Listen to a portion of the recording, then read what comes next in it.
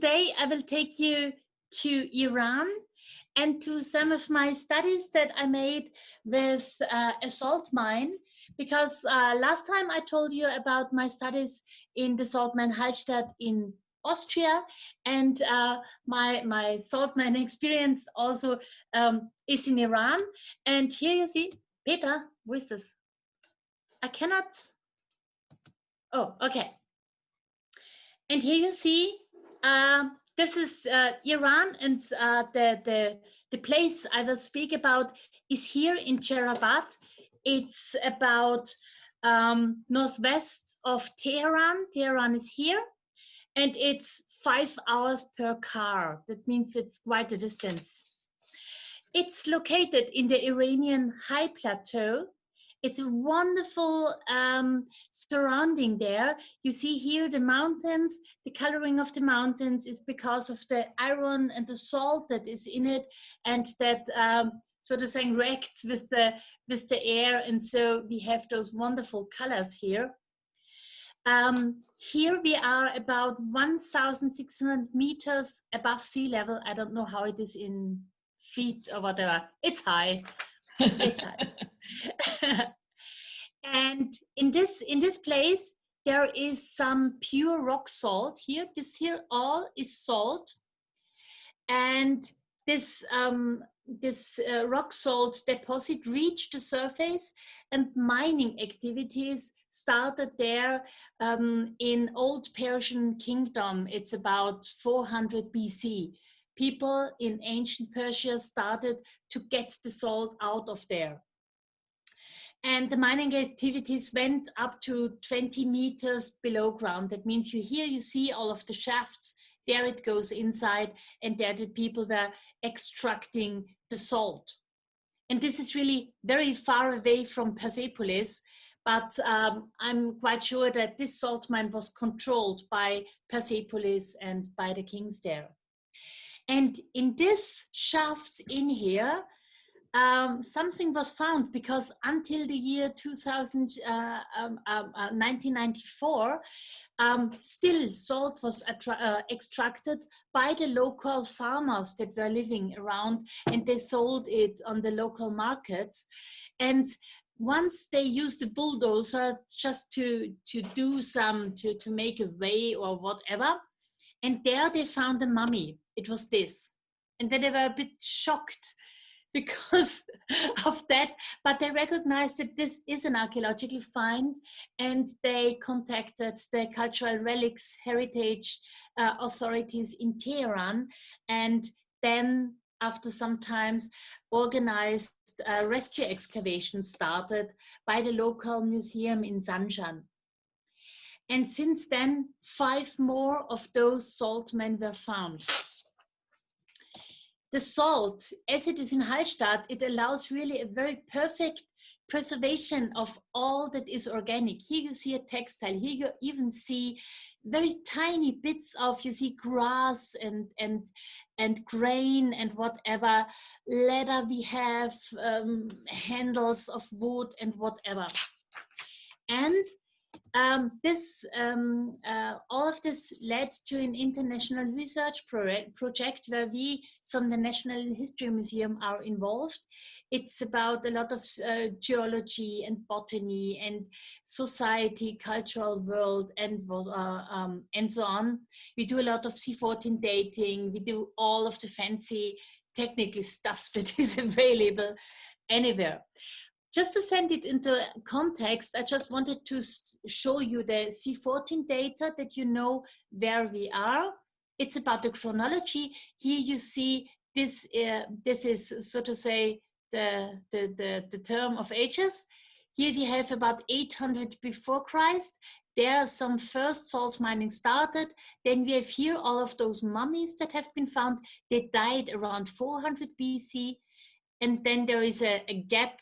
And then around 880, there is another salt mine activity, and also some salt men died there. That means here we are in the old Persian Empire, and here we are in the new Persian Empire. This is a bit technical, but here you see one of the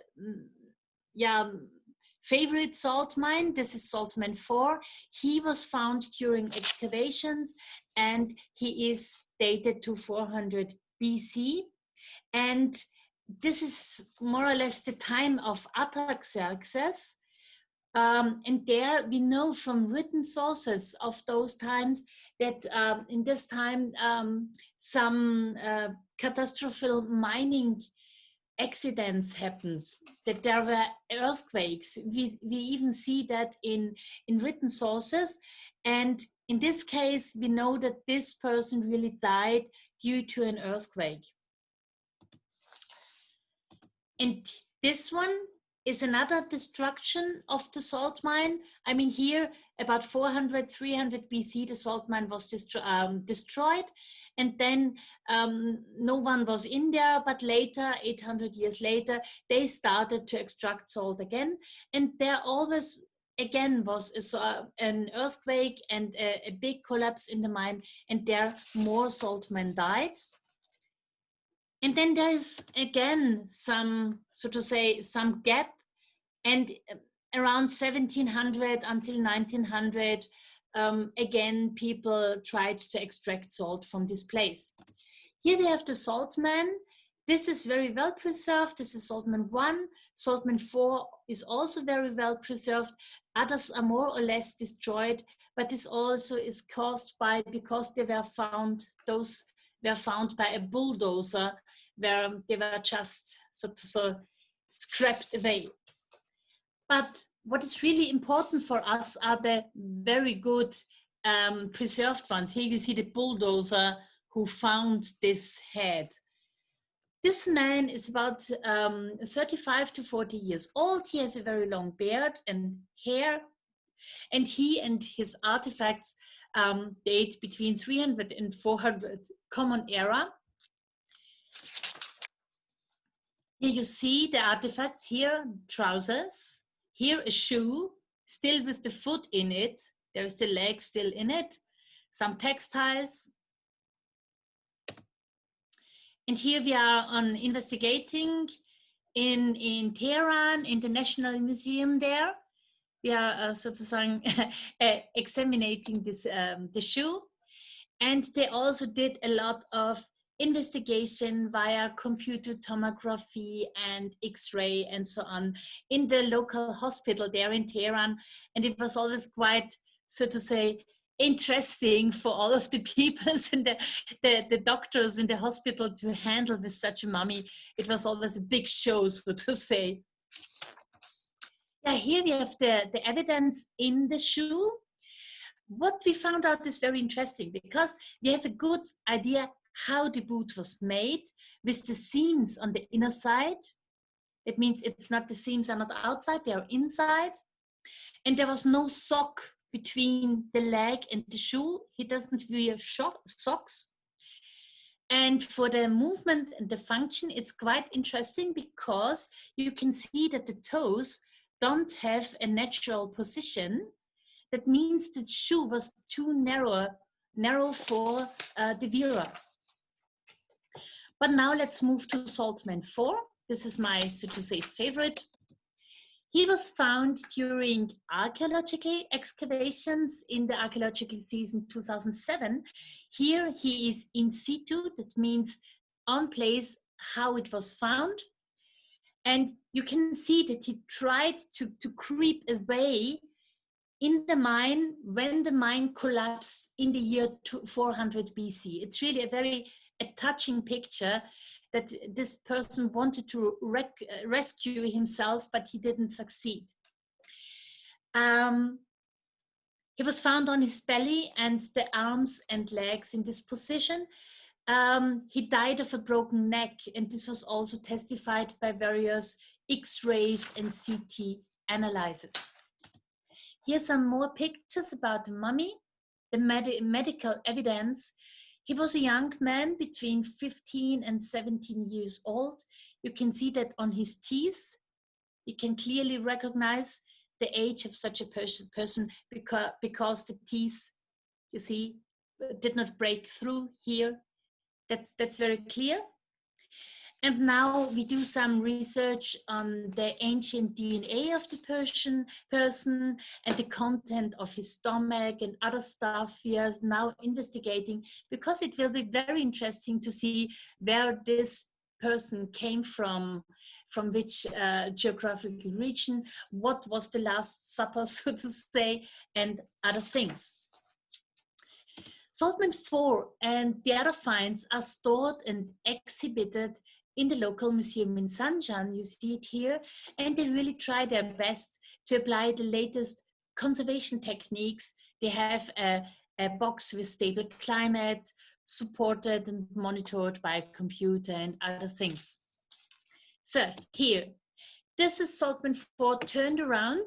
This was not the position how he was found, but turned around. And it's really, really very touching to see how he died with the cramped arms and legs. And Saltman IV is really one of the best preserved mummies worldwide, and it's the best preserved salt mummy that we have worldwide. And it's a situation comparable to Ötzi, the man from the ice. You might know him, the man from Stone Age that was found on the glacier between Austria and the Italian border. And here also we have this touching situation that it's a man just swept out of his normal life by accident. And this is what it makes him so really important for us as scientists, because usually when you have a mummy, usually the mummies are persons that died and are buried, and then something happened with them. They were washed, they were cleaned, they were prepared, some garments were added on or left away or whatever. That means on an Egyptian mummy, for example, you don't see what those persons wore during their daily life, but here you see it. And everything what this man had with him, the cloths, the shoes, knife, mantle, vessels, and so on, everything was for his daily activity, and we know exactly what his daily activity was, and it was working in a salt mine. And this is really very, very interesting to have such a very intense view on a person from the old Persian kingdom. Yeah. How do we do our research in Iran? I just take you to Iran. Here we have the Archaeological Museum in Zanjan and the Research Center for Archaeology and Conservation of Cultural Relics. And here I was there about 3 months in September 2015 until February 2018. And I was there together with all of the colleagues from the Iranian Cultural Heritage Center. And I just can say it was a wonderful work with this wonderful international team. It was very women-based. I mean, the studies along the textiles of the mummies, of course, were women-based. The other artifacts are more male-based, but it's okay. Interesting for me was, I mean, when we just handled the smaller textiles, we were just in the lab. But when we had to do our research directly on the mummy, it was directly in the exhibition hall together with the visitors. And that was really quite interesting experience for me to do it, so to say, on stage. And then additionally, because it is a very precious thing for Iran, for the state and for the cultural heritage authorities, always a soldier was standing next to us with the, so to say, a weapon. And for me as European person, it's quite unusual to have anyone with a weapon next to me. And so I was a bit nervous, so to say. Yeah.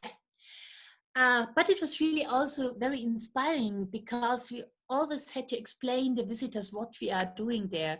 And it was always me talking in English, and then there was always direct translation into Farsi by my colleagues, and it was really a very nice experience. We also worked together with local handcraft people, with local hand weavers. Here, Miss Farah Bilgari, and we directly tried to apply a traditional handcraft knowledge from the region around Tabriz to the archaeological finds that are 3,000 years old. And this was really very interesting and gave a very new light on our understanding of things. Just to show you some data that we are processing, this is how we are normally look on archaeological textile finds. You see, this would be such a fragment. You see exactly what it is. It's a tapestry woven item. This is Sassanian. This is about 400 common era. That means 1,600 years old. And the data we are taking is, of course, we are taking the color, this natural color system. This is a color code, you know this. Then we do, is it plied yarn used or single yarn? Is it S or Z twisted? What is the twist angle? That means how intensive is the twist? It is, And then the thickness of the thread, how thin or thick is it? And the thread count, of course. That means we really, each single textile that we find, we are processing that way that every data is available to reconstruct, to understand, and so on. In this case, okay, it's a tapestry weave, and this, it's a fragment like usually, and so we cannot see the pattern, but we know that this kind of techniques is quite common in late antiquity and might be a Roman influence in this case. Here another sample. This is a damask woven textile with beige meander and geometric pattern in red base and a dark brown stripe. The technical details the same. You see here, it really has a very high thread count. Here you see 40 to 44 threads per centimeter. I'm very sorry that I cannot say it in threads per inch because I'm not used to it, but maybe you can recalculate. Threads per inch is 2.5 times this. If you multiply 2.5 by the threads per centimeter. Okay, that is about 100 threads per inches. Can it be? 44, 2.5, 80, 100. 100 threads per inches, just imagine. That's really, it's all handmade, hand spun, blah, blah. Yeah, okay. Yes, and of course we work with digital microscope to get all of the details. We do dye stuff analysis and so on. We are preparing a publication of all of those finds, and this should be like the publication about the Hallstatt textiles. You might know that book. Hopefully in 5 years we can do that, but I will announce it if you want. Yeah, in summary, what do we are, and we also of course, thinking about the smaller things, for example, the cordage, the ropes, and so on. Here, just 2 different examples, just what we take, overview pictures, detailed pictures. We look how it was made. This is just sketches drawn by me, just to understand how this is done. Yeah. So in summary, the textiles from the Achaemenid period, that means the 5th and 4th century before Common Era, we have, of course, complete garments, but I will talk about them soon. And then we have a lot of basic weave types, tabby, variants, of course, weft-faced tabbies. We have here also composite weaves. And this here is not embroidery, it's with floating threads woven in. This is no embroidery here, this piece. But it's just to show examples on how the things look like. And here, this is the Sassanian textiles. Of course, we have a lot of garments. We have short trousers, long trousers. We have, complete tunics. And also we have compound weave techniques. We have Kelim tapestry weaving, we have weft float pattern, a lot of tabbies and variants, things like that. I think in total we have more than 1,000 textile objects from the Saltman Cherabat, dating from 400 before Christ to 400 Common Era. Okay, just to imagine the amount of stuff that is there and that we are now due to analyze and hopefully soon publish it, that you can have access to it and maybe do fascinating stuff. So now to the really, really exciting things, and that are the complete garments. Starting with the upper garments, that means the clothing worn on the upper body. Here, my favorite, so to say, my darling, this is Saltman IV, and here we had really perfect conditions to study a complete upper garment from the time 400 before Common Era. The problem was that he still has it on, and I'm not allowed to undress him, and this causes, of course, problems with all of the measurements you can imagine. So what do we know? He had a long tunic, and it was made of a very dense weft face tabby. You see here the technical details. This has about 90 threads per inch, no, 80 threads per inch, for example.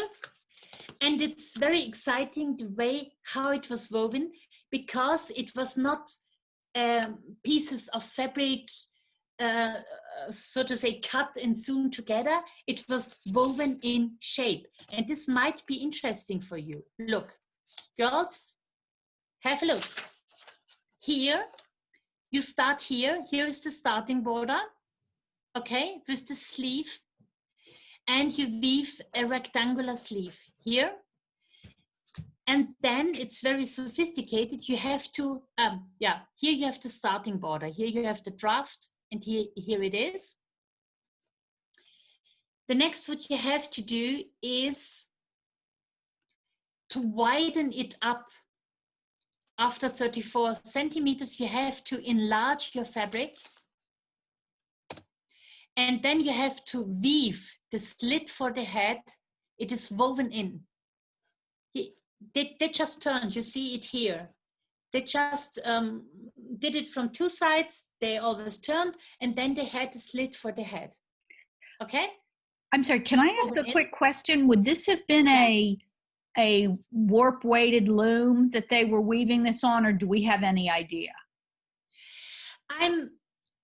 No, but we are quite sure that it must be such a stretched horizontal loom, a two-beam loom.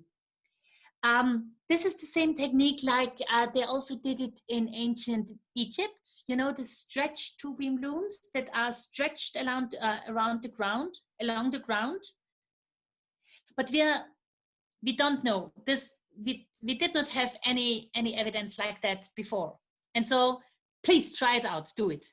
Here you have the sketch. Just try it.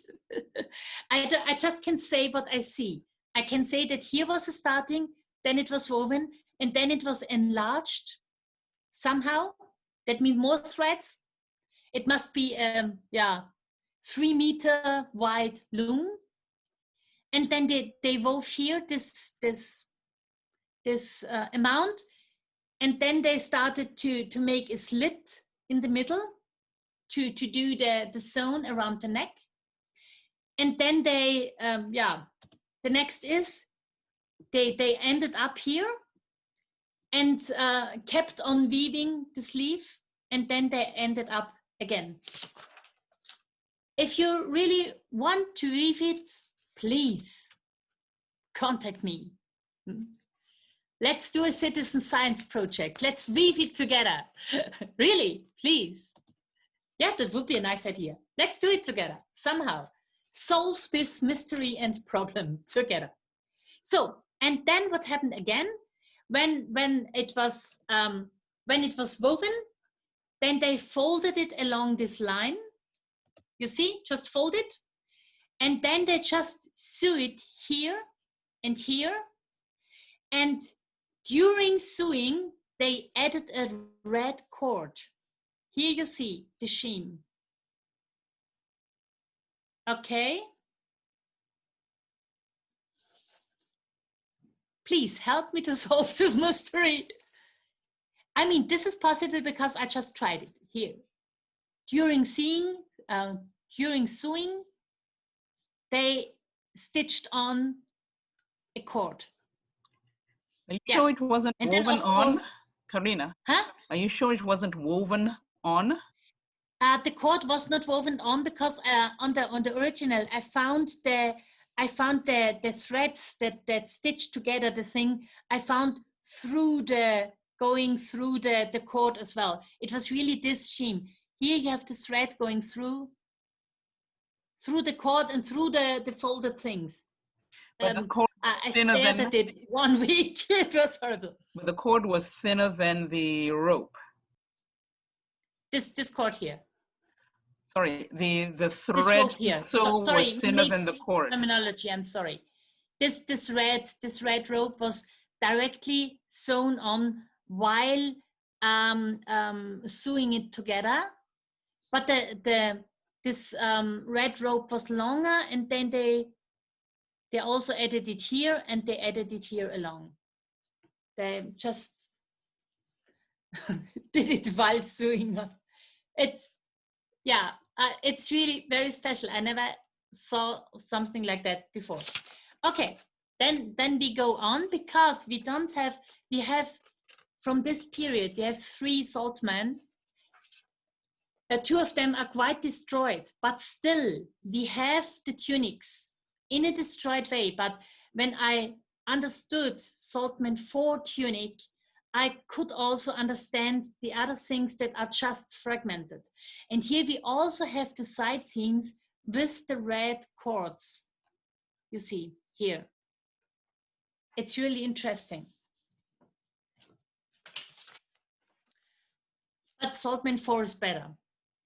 And this type of knee-length tunic is quite popular in contemporary picture sources. You see it here.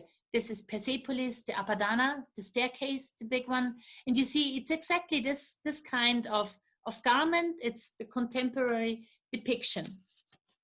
But the interesting thing is that all of those people here on the staircase have headgear, but Saltman IV doesn't have one. And we didn't find one.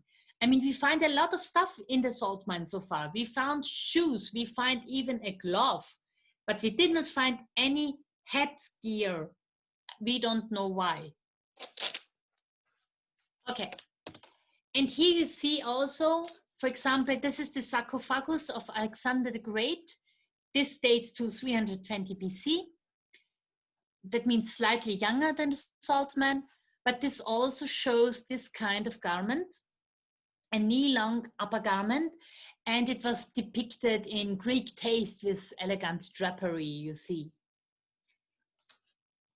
But nevertheless, it's a quite nice comparable source. Yes, to stay with upper garments, we have more of them, but this here is 800 years younger. Because this is Sassanian, and the way how this was made is completely different. That means we have here a technological change in how to construct and how to weave and how to tailor an upper garment that looks more or less the same when it is worn. So, here you see it again. This is 1,600 years old. And it was really a big task to do the research on it because it was just too big for the table on our conservation lab there. You see here, me with my colleagues. The technical data again. Here are, what I forgot to say, the Saltman IV garments are all made of wool, okay? Wool, sheep wool. This is made of cotton. You see here cotton. The Sassanian garment is made of cotton. And what is quite interesting here, that this fabric is not made quite carefully. I mean, you see here it is not so fine, not as fine as the Saltman IV woolen garment, and it has mistakes. Look at that. You're all hand weavers. Look at that. I found a lot of them. Really, it was really so to say, just weave it, don't care, just make it, you know? It's this kind of well done thing. Nobody would recognize it without a microscope, but yeah. And what I can also see, and what is really interesting, is that we can see really the person inside. I mean, it was not worn when it was found. It was folded and was laid down in the salt mine. I don't know why someone in a salt mine decided to take the shirt off and put it somewhere in the corner of a salt mine. We don't know, but it happened, and it was found like that. Maybe because it was a bit, so to say, torn. But what we see is that we see the use wear. Here, the outer side, these pictures are taken here, and here's the inside. On the inside, you exactly see the pilling, all of the sweat of the person, the dirt, the body fat. You see exactly what happens when you are wearing a cotton garment that is not, that has no, you know, of this final things on it. It has exactly this behavior, this all of this pilling, and the fibers are coming out and so on. That you see that it was really worn for a long time, and it was really heavily used. When we look at the sewing and tailoring work, it gets really interesting, because the tunic was really made in a very professional way. You can see it on the details. The seam allowance, all of the stitches, everything is exactly precise. The seam allowance always have exactly the same measurements. The stitches are really done in a very good way. Oops, in a very good way. It's done like on a modern sewing machine. It's completely regular. And we see that some parts of the side borders, here we see the former side borders of the fabric where it was taken off. And so I could do the tailor pattern, because in this case, you see, it's tailored from a lot of pieces. You see, it's sewn together. It is cut and tailored. That means it's a complete different system of making a garment, like the other one from Saltman IV. And the cut pattern is really interesting. Look at that. I have here the side borders from the big one. I also have the side borders from these pieces. I have the side border here, the selvage. I have the side border here from the sleeve. And so, yeah, here I draw the complete pattern of how it was tailored from this one, okay? Here I folded it up, you understand?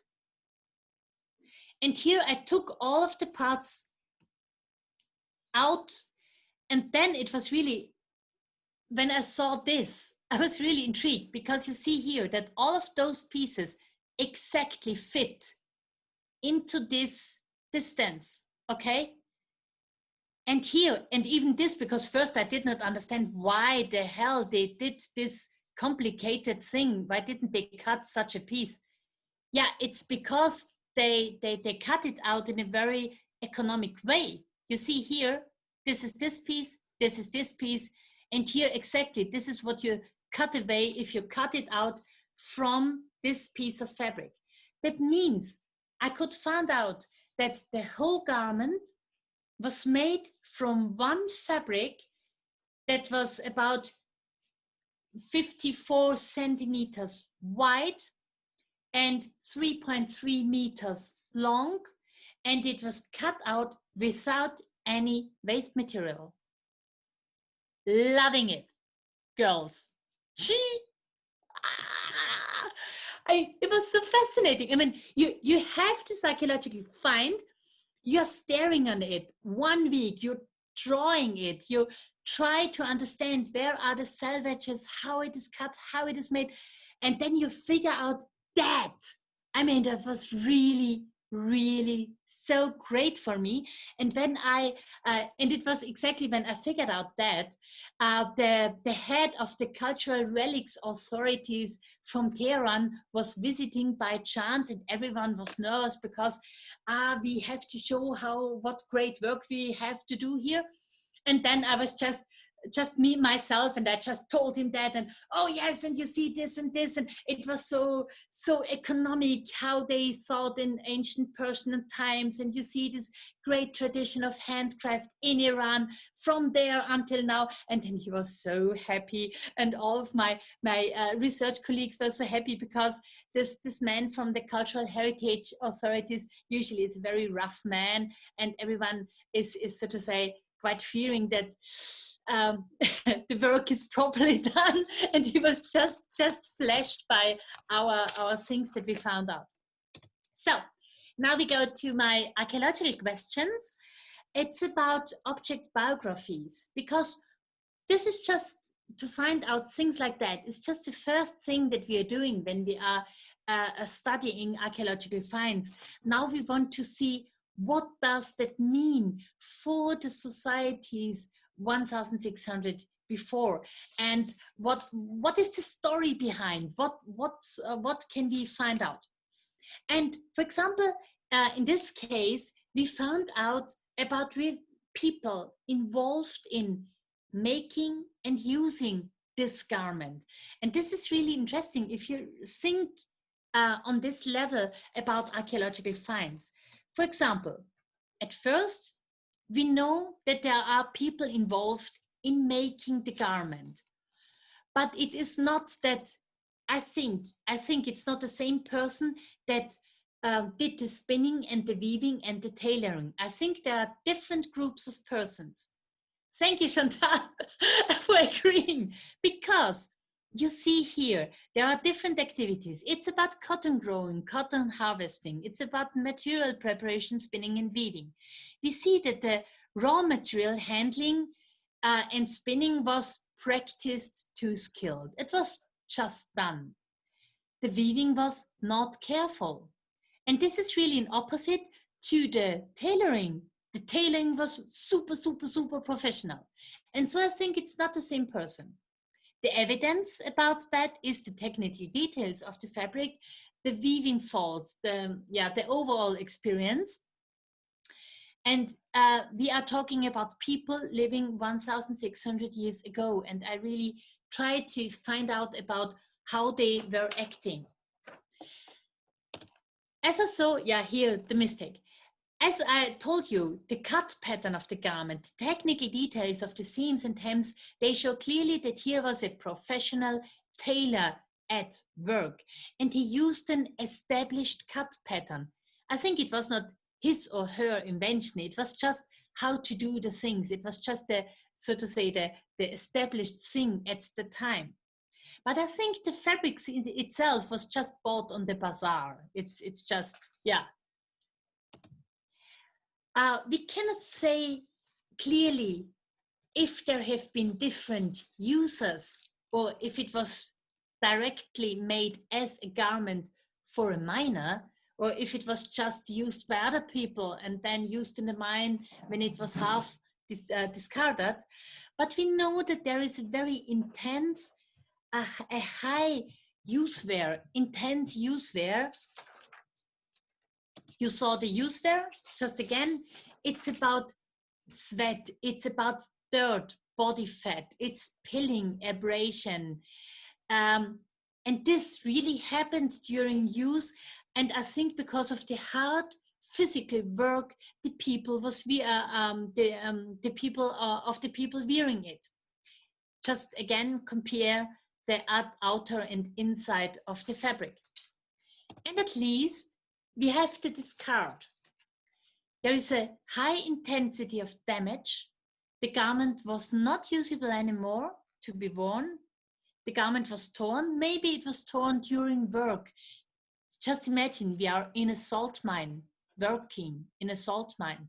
Maybe it was torn and then it was left behind in the salt mine and then found 1,600 years later. I think it's a wonderful story about one garment and what we can find out as archaeologists. So now trousers. Trousers are really wonderful because trousers are, so to say, a sign of a modern lifestyle. But 100 years ago, no woman was allowed to wear trousers in the Western world. And through time, there have been different attempts to cover men's legs with trousers, especially in Eurasia. And there are different solutions how to cover male legs with trousers, more or less attractive for modern eyes. You see that? But when did it begin? How did trousers evolve? Here, the oldest trousers we know so far, coming from China, from Xinjiang, from the Taklamakan desert, and this is dating about 1000 before Common Era. That means 3,000-year-old trousers. But now let's have a look on the Saltman trousers with different stylings. For example, Saltman I here. We have short trousers and he had this man, he had short trousers and he has knee-high boots and he had a golden earring, sophisticated outfit. But we don't know what else he had because he was completely torn by the bulldozer. But what is of interest now is this short trousers, because it's really cool. There's short trousers. Here they are, short trousers, and they are made like modern male sports trousers, boxer shorts. I don't know if it's the right term here. It was worn in the mine. And here you have a very characteristic use there along the leg openings here. Yeah. And it's also folded. You know, you see really it was worn when the man died, because you see clearly how it folds. The same happens with boxer shorts and modern men. And here on the drawing, I show you the technical features because it has it was sewn from several parts and it has a big repair patch here.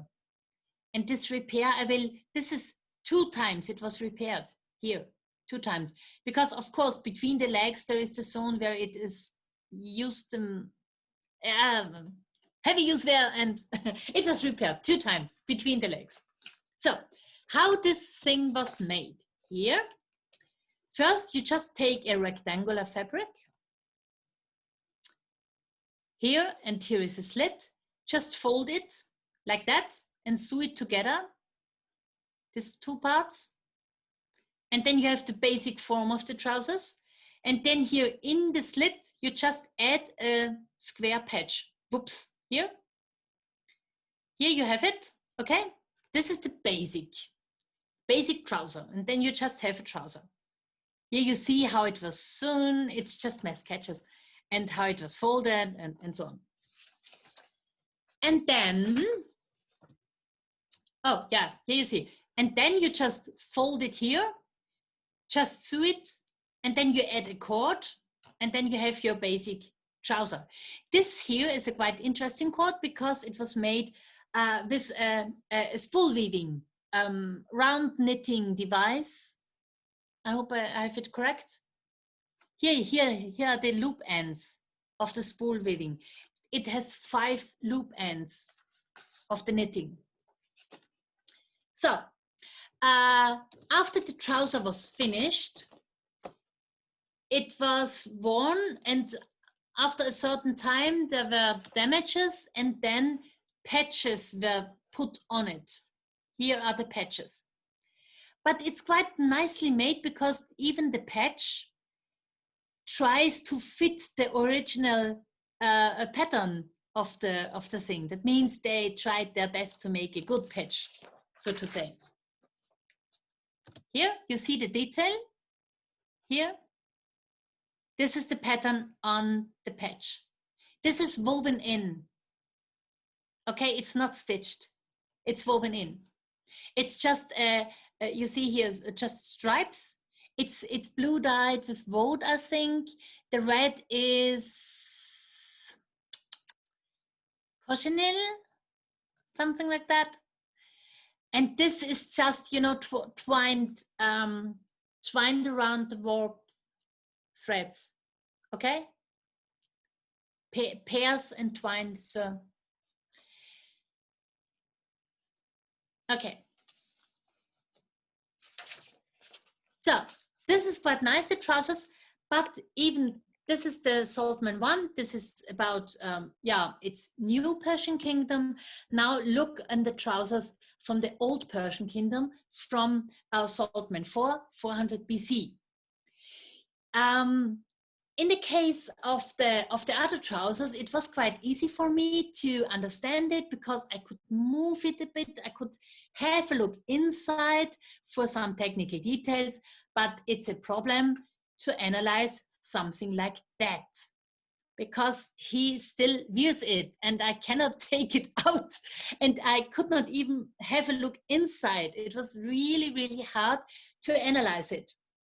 So what I'm doing usually to understand such a fabric is that I'm trying it out by draping. This sounds easy, but it's not, because in Iran, it's not easy to find a person where you can just handle a piece of fabric between the legs to drape it that it looks like on the salt mine, because I'm female. Yes, first I wanted to take this good looking soldier because it has the same height and stature and age of the saltman, and I dared to ask if I can use him as a model, but then everyone was, so to say, not amused. So Karina, no. Okay, sorry. Not asking again. So I borrowed the husband of a colleague, and then he stood there, legs open, and I was sitting there between his legs and trying to drape a piece of fabric. It was quite funny. It was nearly, so to say, against Sharia rules. I had to be careful what to touch. And here, because I was not allowed to make pictures, and so I did it with my son. You see here how my work is when I'm doing things like that, because I just wanted to understand the trousers, because I was searching for any seam or whatever here along. There was none. No seam, no cut. It's just one piece of fabric from here to here. Just understand, okay? The only seam is, oops, outside. Do you follow my cursor? Is outside the leg here and here outside the leg. So I did not understand how this garment was made, because yeah, you need something between the legs. And so I started draping just a piece of fabric around the legs that it looks like Saltman IV, and to see what happens. And what happens is exactly this here. This was my draping. And so I could figure out that this is the cut pattern of the trousers. You see, here you step into the trousers and here your legs would come out, okay? And here is the seam on the sides, this seam. Okay, it's a bit complicated. For comparison, modern trousers, you know how they are made. For example, blue jeans, they are made of 4 side parts, 2 for each legs, and then closed with a seam on the inside of the leg and on the outside of the leg, and more things are added to have a comfort fit, whatever. But this is modern design and has nothing to do with historical trouser cut patterns from Asia or Africa. Historical trouser cut patterns, for example, here from the China trousers, are like that. You have 2 separate legs here, okay? And then you have some crotch part, you insert it, more or less a bit like the Saltman 1 trousers, the short trousers. Yeah. Or here, more sophisticated, but always 2 legs and then something in between. Also here, 2 leg parts sewn together. Okay? But all of that has nothing to do with this type, what we have here. This, for example, is late antiquity. This here is 1000 BC. Or even if you look at folklore, so to say, from the Near East, from the 18th century, 19th century, 20th century, even if you have very, so to say, ultra wide trousers that are a lot of fabric between the legs, they are still made composited of different parts, sewn together. But nothing fits into the cut pattern of the Saltman IV trousers. Here you have just only this here. This is the whole trouser here, okay? You have this more or less cross-shaped item and you just fold it once, you sew it 2 times, you just make the belt loop and then you have trousers. You understand? It's really fascinating. You just have a cross-shaped item, fold it once, add 2 seams, and you have a trouser. Wow. But this, from the technique, how to make things, how to think about construction of garments, it fits to the upper garment of the Saltman IV. You know, this was also woven in shape, 2 seams, folding 2 seams, and you have the complete garment. It's a very sophisticated way how to think on things. And then 800 years later, on the New Persian Kingdom, you have a complete different system how to construct garments. There you have some, so to say, woven items, meters of woven items. You cut them, you tailor them, then you build things out of them. Okay? And this is very interesting for me, to find out how was the mindset along with how to construct, how to make, how to create. Because it's a different step on where you start thinking. Because when you make this because this was also woven in shape, I don't know how, don't ask me please. When you make the Saltman IV garments, you have to start thinking before you start weaving. Because before you start weaving, you have to know how the overall thing has to look, because you don't add, you don't tailor, you don't cut. When you